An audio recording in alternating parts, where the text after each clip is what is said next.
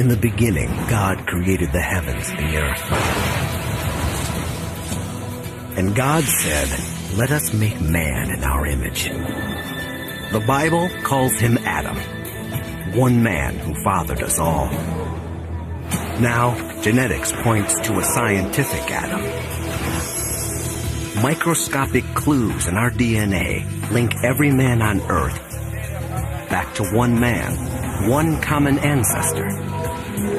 To understand how this could be, we must discover scientific Adam's lost Eden, enter his world, and look him in the eye. At an unexpected crossroads of Bible and biology, we're headed on a search for Adam.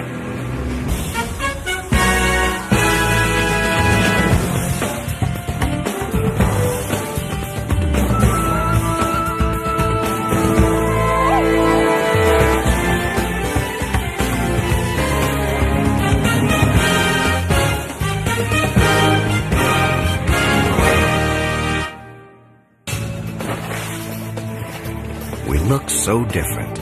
The idea that we're all related seems impossible. It's hard to believe that 6 billion people all share the same ancestor. Yet 3 of the world's great religions, Christianity, Islam, and Judaism, believe in one man who fathered us all. That makes Adam a key figure in the beliefs of more than half the world.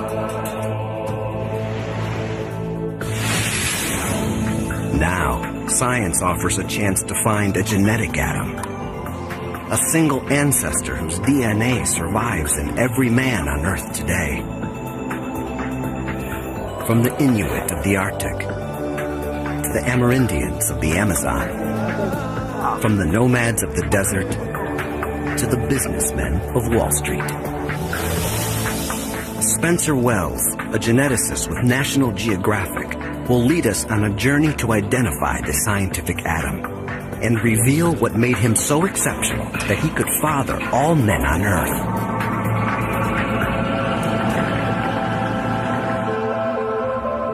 But how do you unravel a chain so many generations long? A chain that leads all the way to the roots of humanity's family tree. I really need a tool, a kind of time machine to allow me to do that, a genetic time machine. Geneticists have developed just such a tool. A way to follow DNA trails deep into the past.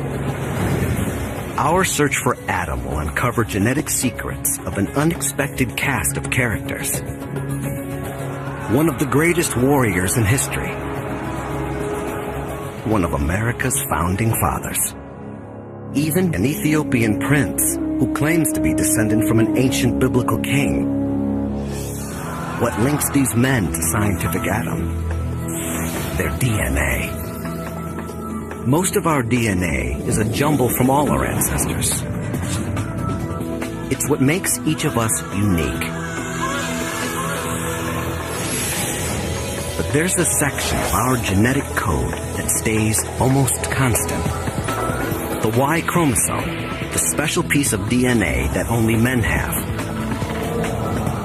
It's passed virtually unchanged from father to son, like a family name. The Y chromosome links the men of today with the men who lived in the past. This tiny piece of DNA allows us to travel back in time through humanity's history.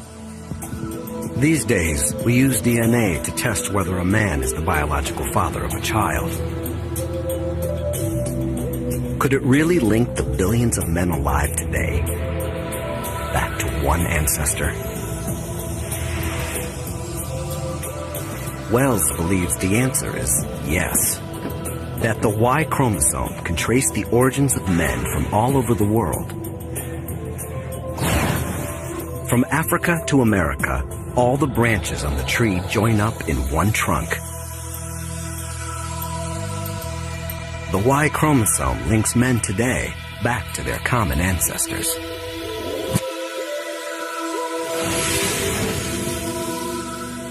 The key is to reveal super ancestors, Men who left their genetic imprint on huge numbers.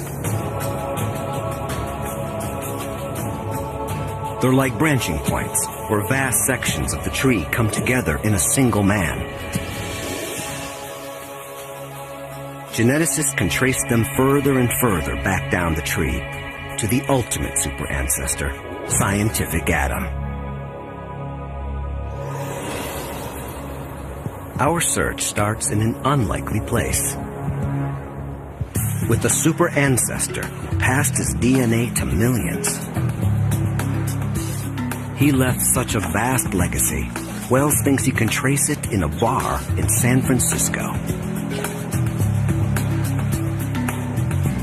The Bayview Boat Club is a watering hole for a group of Mongolian immigrants. These men have an outrageous claim.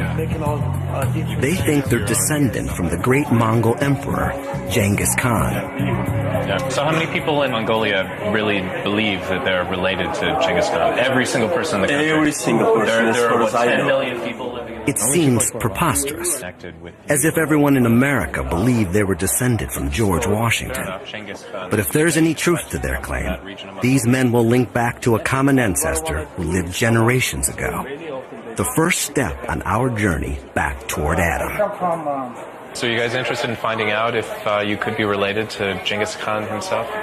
Yeah, let's go. Okay, and then I'll pass... Tapping the power of DNA starts with a basic tool. Sterile, by the way, which is kind of like a glorified toothbrush. Pull it out of the container.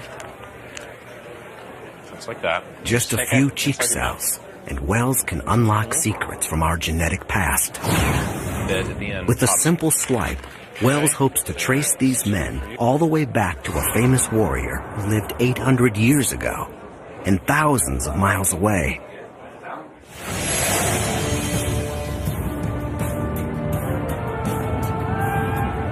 Genghis Khan is one of the greatest historical figures of all time. 8 centuries ago, he ruled one of the largest empires the world has ever seen.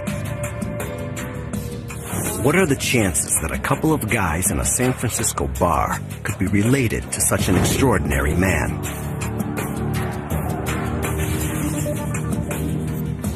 Machines analyze the Mongolians' DNA, looking for traces on the Y chromosome that could link them to Genghis Khan. The odds against finding a connection seem astronomical. Hey, guys. But Wells has some surprising news. We've got the results. He's found evidence that 2 of these men are related to Genghis Khan. These are your results. Sarantorj Dembarel. And Batur Tumar. All right. What makes Wells think that these men link back to Genghis Khan himself? He's never met them before. He doesn't have their family trees. And he doesn't have Genghis Khan's DNA. All the way back. But Wells believes the Y chromosome can confirm the link. Most of the time, the Y chromosome is passed unchanged from father to son, like our last name.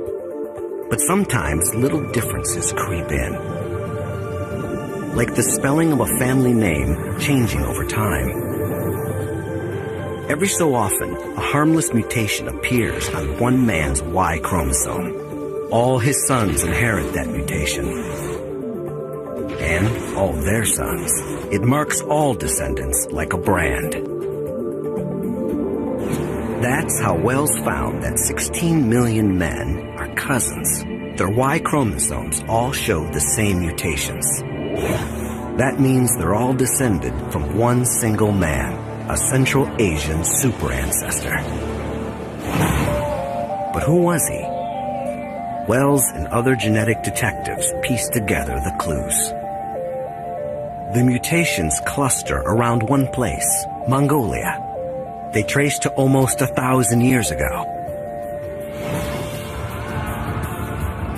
Scientists believe he must have been a man of power, who had many sons to pass on his family line. The clues all point to one man, Genghis Khan. The evidence is circumstantial, but compelling. Khan's empire stretched from Kazakhstan to Korea. He ruled a dynasty that lasted generations. His sons and their sons had the power and position to spread his Y chromosome. As his armies swept through Central Asia, they cut down their enemies, and often, it said, took their women. The result? More offspring with Genghis Khan's Y chromosome, and other men's lineages destroyed forever.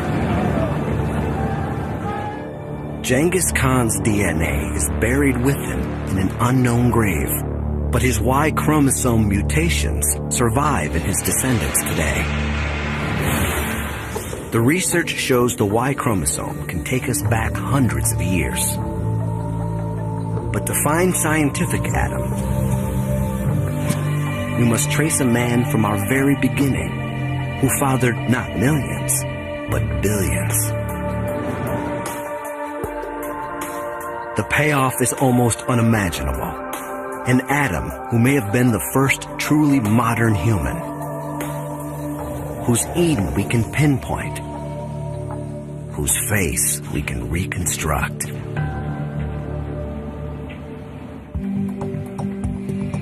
This is a scientific quest, yet the idea behind our search was first written down in a document of faith, the Bible. Thousands of years before genetics, the book of Genesis tells of one man who fathered us all. The Bible gives no physical description of Adam, saying only that he's created out of dust in God's image. Adam's rib provides the raw material for the first woman, Eve. God gives them a home, the Garden of Eden. But soon, tempted by a serpent, Adam and Eve eat from the tree of knowledge and are cast out of paradise. Adam and Eve have children, and according to the Bible, this one family has grown to include everyone on earth today. The New Testament's Gospel of Luke lays out Adam's family tree, generation by generation. But what if we tested someone today who claims to be linked to that lineage? Most of the people the Bible places on Adam's family tree have disappeared without a trace. Yet one stands out as a significant historical figure, Solomon, the third king of Israel. Even today, there are people who claim to be directly descended from Solomon, the Ethiopian royal family. It seems far-fetched.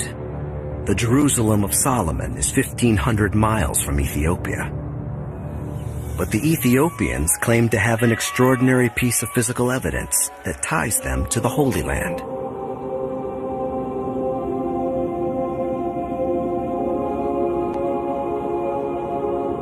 The Ark of the Covenant was believed to contain the tablets of the Ten Commandments, the Word of God.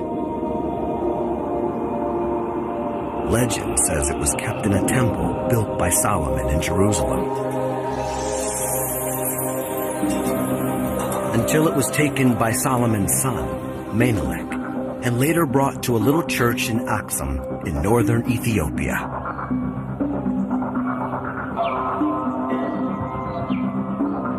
Today, the Ethiopian royal family claims direct descent from Menelik, and so from Solomon.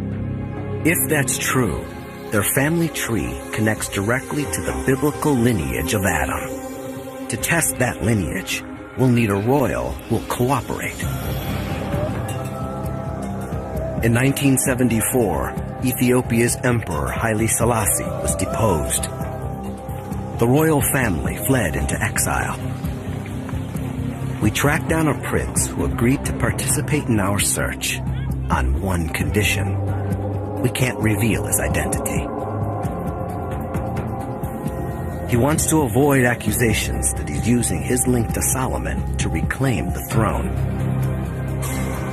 The prince takes a secret DNA test. A few tiny cheek cells transport us deep into the past. The DNA can reveal where the prince's ancestors came from. Could it link him to Solomon? The results are tantalizing. The prince's Y chromosome mutations do lend support to his claim. They point to Middle Eastern ancestry, but it's not definitive proof. With Genghis Khan, we had 16 million men pointing to one man. With Solomon, we may have one Ethiopian prince. There's simply not enough evidence to go on. The experiment shows how hard it can be to trace the Bible's genealogy. It's a book of faith, not forensic evidence. What the Bible is saying about creation is way beyond the scope of science. It's not about DNA and all that. It's about who we are as people. In Hebrew, the name Adam also means people. What's important about Adam is that Adam is every person. The Bible gave us the idea of Adam. But finding the scientific version will take modern genetics. If we succeed, we'll link all men today back to a scientific Adam. And maybe even pinpoint his Garden of Eden. As people move from place to place, they often end up far from where their lineage began. Our family tree is becoming tangled at the top. Tracing family lines is getting harder and harder. There's only one way to clear away the tangles. Analyze Y chromosomes from people who still live in the land of their forefathers. To get a clearer picture of our family tree, Wells is leading a research project with the National Geographic Society and IBM. It's called the Genographic Project. It's a massive undertaking. It will take years. But when he's done, Wells will be able to tell where anyone in the world comes from. Wells and his colleagues have crisscrossed the globe in search of DNA samples. From Aborigines in Australia to tribesmen in South America. They've journeyed from Central Asia to South Africa to Siberia. Wells can already tell a lot about someone's origins just using their Y chromosome. And he thinks he's found something unexpected in the background of one of America's most famous figures. The third president, Thomas Jefferson. Research on Jefferson's Y has already given us one huge surprise. It had long been suspected that Jefferson fathered children by his slave, Sally Hemings. A 1998 study used the Y chromosome to prove that it was almost certainly true. It showed that this white man apparently had black descendants. Now, Wells believes he's discovered something about Jefferson that no one suspected. A discovery not about his descendants, but about his ancestors. And it could take us a big step toward Adam. Wells noticed that Jefferson's Y chromosome mutations don't look European. So where did Jefferson's ancestors come from? To find out the truth, Wells needs another DNA sample. The trail leads to rural Virginia.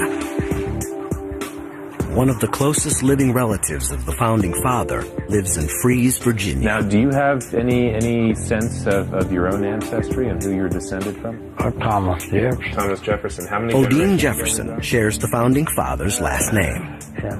He also inherited his Y chromosome. It's not going to hurt, and you rub it on the inside of your cheek. Really scrape away, up and down. Everything about Jefferson points to him being European.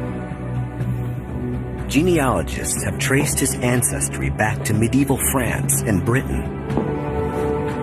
But the test reveals something you might never have imagined. Jefferson's Y chromosome links him not to Europe, but to the Middle East, what is now Lebanon and Syria.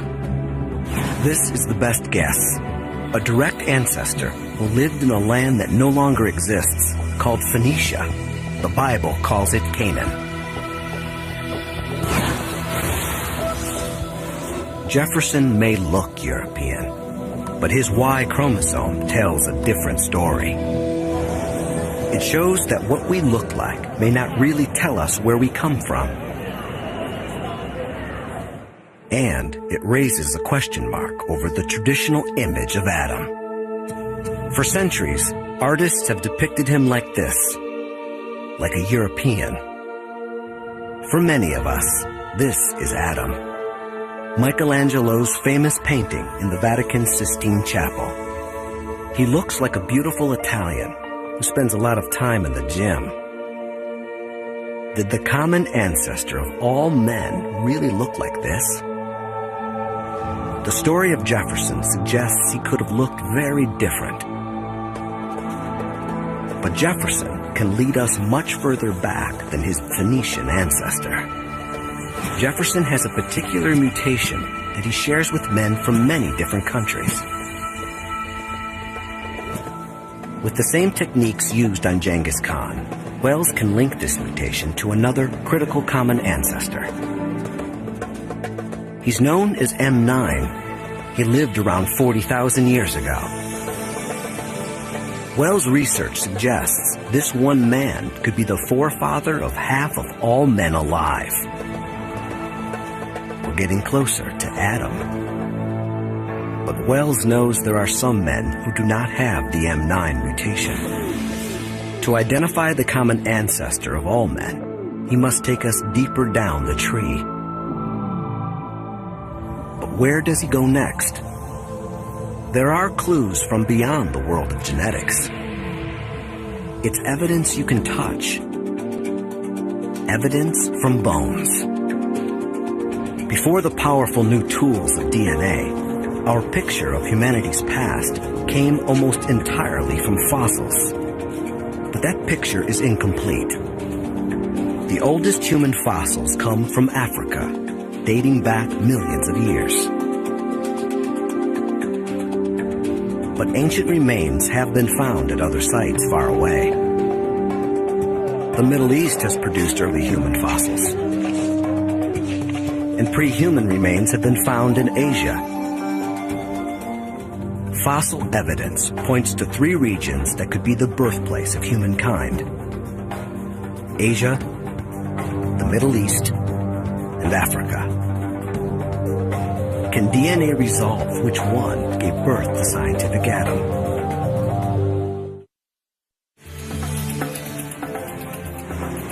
Wells wants to find a place where people from all 3 regions intersect. A study of historical trading routes offers a likely candidate. Off the coast of Kenya, the tiny island of Pate.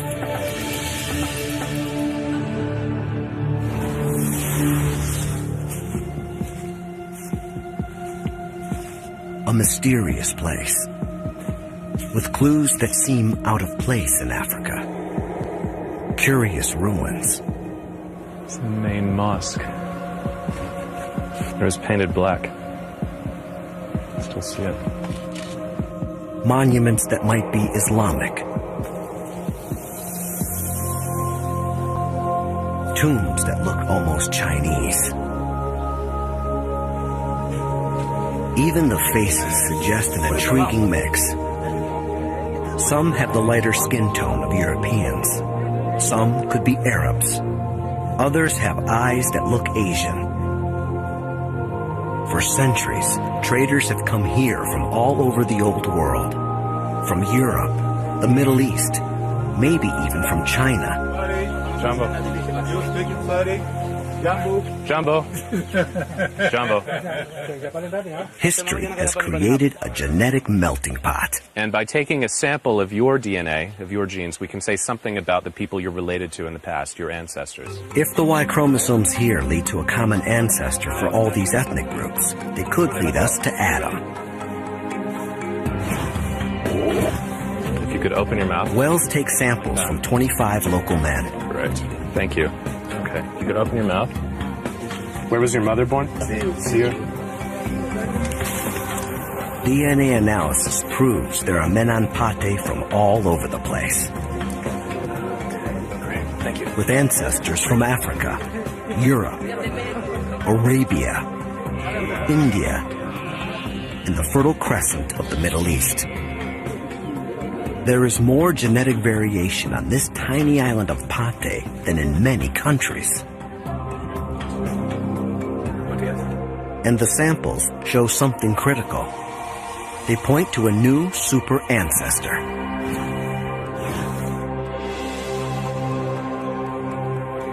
Even though the Y chromosomes come from all over the world, they almost all have something in common. A particular mutation that scientists call M168. In fact, men all over the planet share this mutation. Genghis Khan and the San Francisco Mongolians have it. Thomas Jefferson has it. Wells himself has it.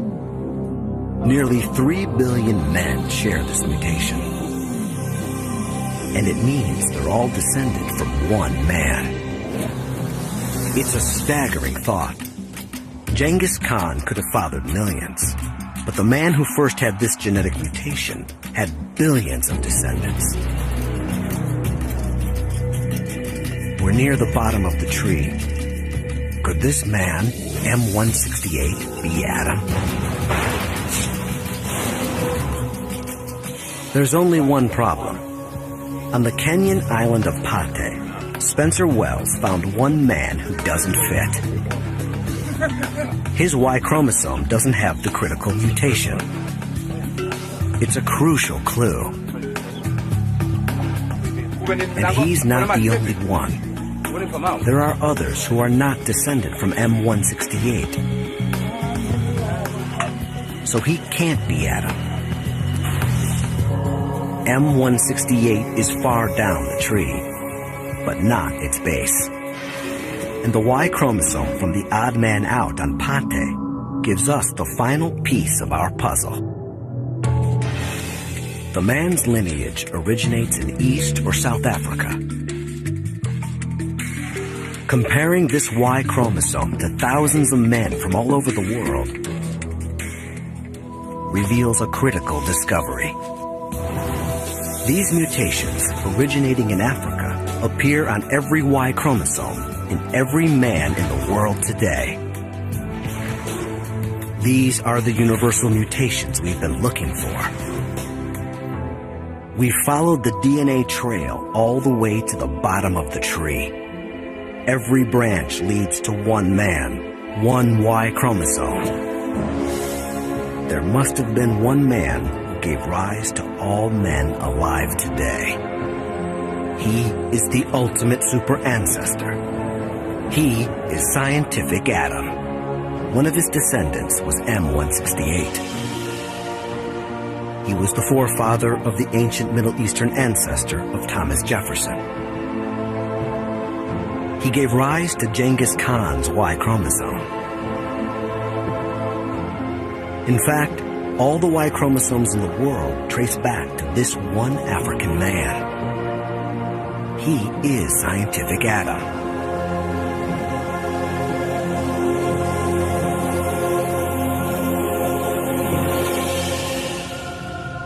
Wells believes the pattern of African Y chromosomes puts his birthplace somewhere in the Great Rift Valley region of East Africa, perhaps Tanzania or Ethiopia. He thinks this is Scientific Adam's homeland, his Garden of Eden.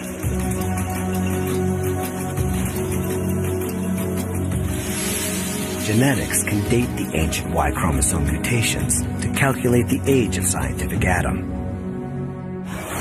Wells believes he was born around 60,000 years ago.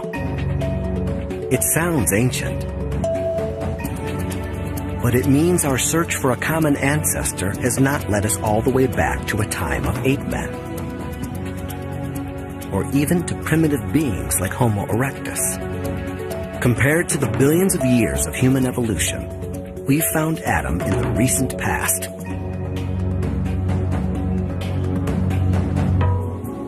The critical discoveries of where and when Adam lived prove he could not have looked like this. For the first time, it's possible to paint a new portrait of Adam based on science.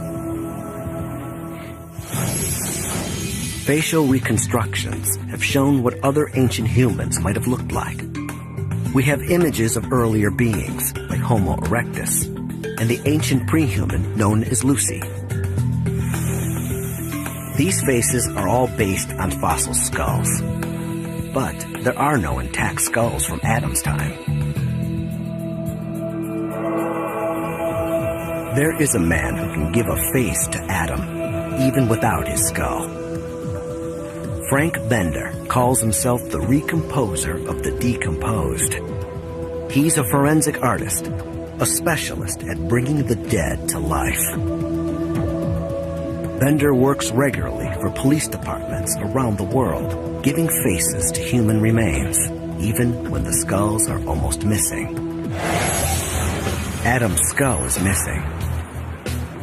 But Bender will base his reconstruction on the closest skull he can find.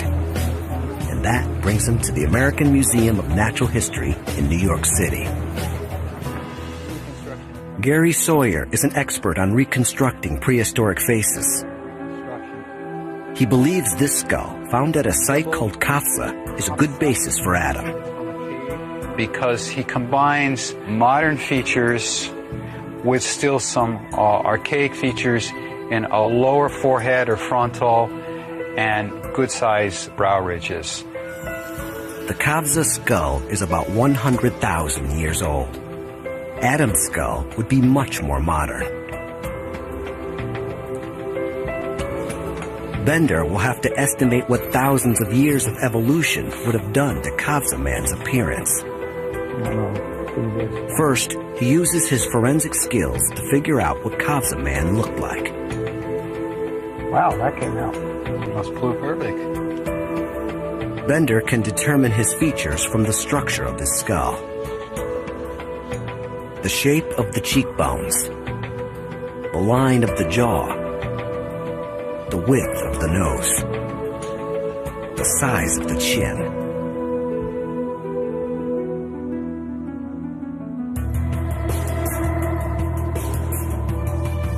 Kafza man is 100,000 years old. To construct a face for Adam, Bender has to update this portrait by 40,000 years. As humans evolved, the shape of our skulls changed. Brow ridges shrank. The forehead became more vertical, the chin more prominent. Adam should be almost halfway between this ancient man and humans like us. Bender needs to find that midpoint. He needs a modern face to compare to the ancient skull. But not just any face. He wants someone whose lineage traces most directly back to Adam. Wells knows where to look. In East Africa is a little-known tribe called the Hadzabe. Spencer, found him. Their DNA links them almost straight back to Adam. They give us a glimpse into his world. And they point to what Adam could have looked like. Scientific Adam should be a midpoint between the ancient Kafza face and one of these faces. Like the Hadza chief Julius Hendaya Ne. But how do you blend the two? To do this accurately, Bender turns to technology developed for security applications like anti-terrorism.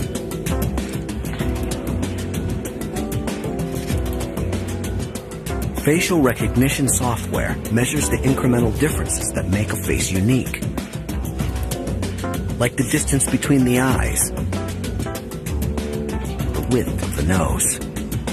Engineers pick out over 200 features that together define the shape of the Kafza face, turning it into a mathematical model. They do the same with the Hadzabe chief. The computer compares the two sets of data, faces separated by 100,000 years, and generates the midpoint, a blueprint of Adam. A printer converts the computer model into a 3D head. Layer by paper-thin layer, the head emerges. Bender will use this as a template to finally give Adam a face. But the Hadzabe can do more than show what scientific Adam might have looked like. They can give us a window into his world. And they reveal clues to what made Adam and his descendants so exceptional. They could give rise to all men on Earth. Mutations on the Y chromosome show that scientific Adam was born around 60,000 years ago. An extraordinary time in human history, a time of crisis. Scientists believe humans were on the brink of extinction. The entire population may have fallen to no more than a couple of thousand. But from this moment of peril, humans begin an astonishing rise. For the first time, art appears. Tools become much more advanced. This new energy and innovation would enable our species to conquer the planet. Something critical had changed in human nature. What triggered it is a puzzle, yet it seems to come just after Adam. Is it a coincidence? I don't know. Maybe it is, but it's also possible that Adam was the one who set in motion these changes. How could one man change his whole species? Wells has a theory. It's cutting edge and highly controversial. He believes Adam may have been the first man with the ability to think as we do. The first truly modern man. If Wells had his way, he'd go back in time to find out.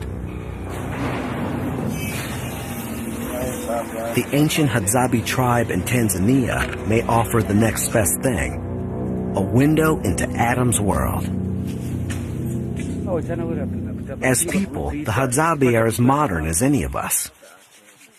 But as a society, they've chosen to retain the lifestyle of the earliest modern humans, the lifestyle of Adam. The Hadzabe are hunter-gatherers. Survival in this environment is an extraordinary challenge. They rely on the kind of ingenuity that Wells believes could have originated with Adam himself. It could almost be Adam's clan preparing for the hunt. The Hadzabe have figured out a way to turn local trees into lethal weaponry. The bows are strong, but flexible. Fire straightens the arrow shafts. They look simple, but when they appeared, they were revolutionary. Weapons that kill at a distance, deadly accurate. The Hadzabe set out, just as Adam and his sons may have done, to pit their weapons and their brains against their prey.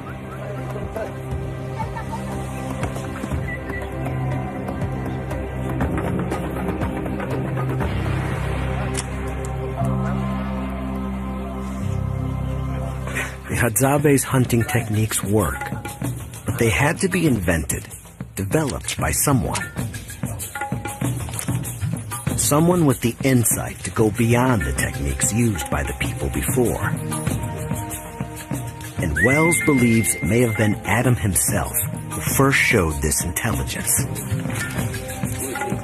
A culture of innovation is one key to the success of our species. But what amplifies this genius is another unique skill: language. Wells believes Adam may have had a brand new ability to use complex speech. Astonishingly, the Hadzabe could show us how Adam spoke. What? Bogo. What? Boy? Simba. Simba, lion. Ngokoi? They speak one of the most intricate languages on Earth. Tembo. Tembo. Along with regular consonants, they use a chorus of clicks. Sasa kote kobo sasa tang aketa.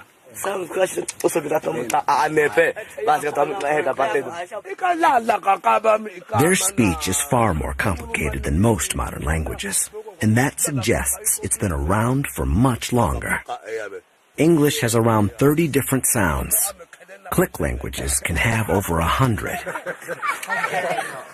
Scientists believe that when humans first began to speak, they may have used clicks like these. We could be listening to Adam himself. Like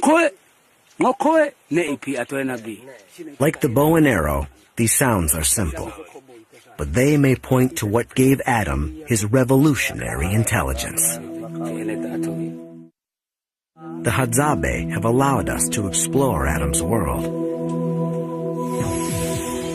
Now Frank Bender can show us what he might have looked like.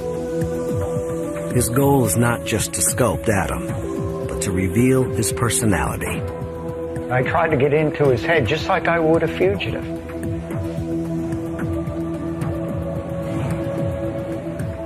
Intuition is the binder between art and science.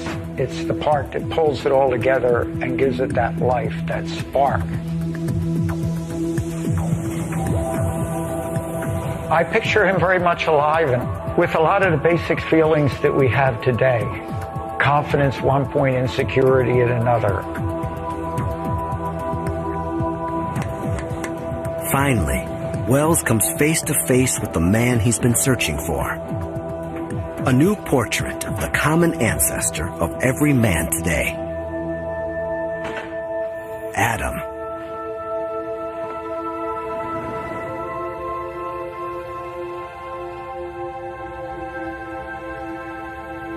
Without the skull, we can't know for sure what Adam looked like. But a combination of genetic evidence, Bender's forensic skills, and cutting-edge computer software suggests he looks something like this. Thousands of years after the Bible, and hundreds of years after Michelangelo, we have a whole new face for Adam. I like the expression. He's got a very forceful look. He's intent on something, maybe taking over the world.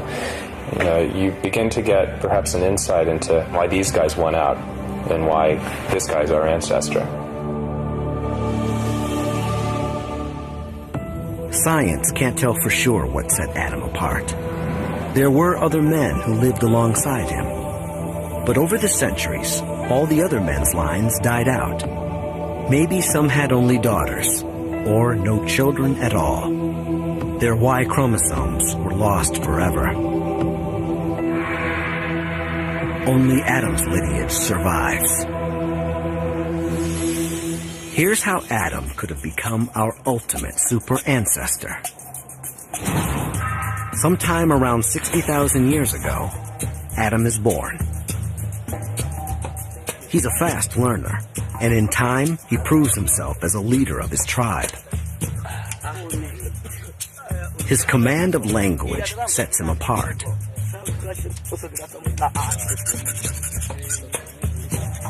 Perhaps he invents new and more lethal weapons, or takes charge of the hunts, devising new strategies.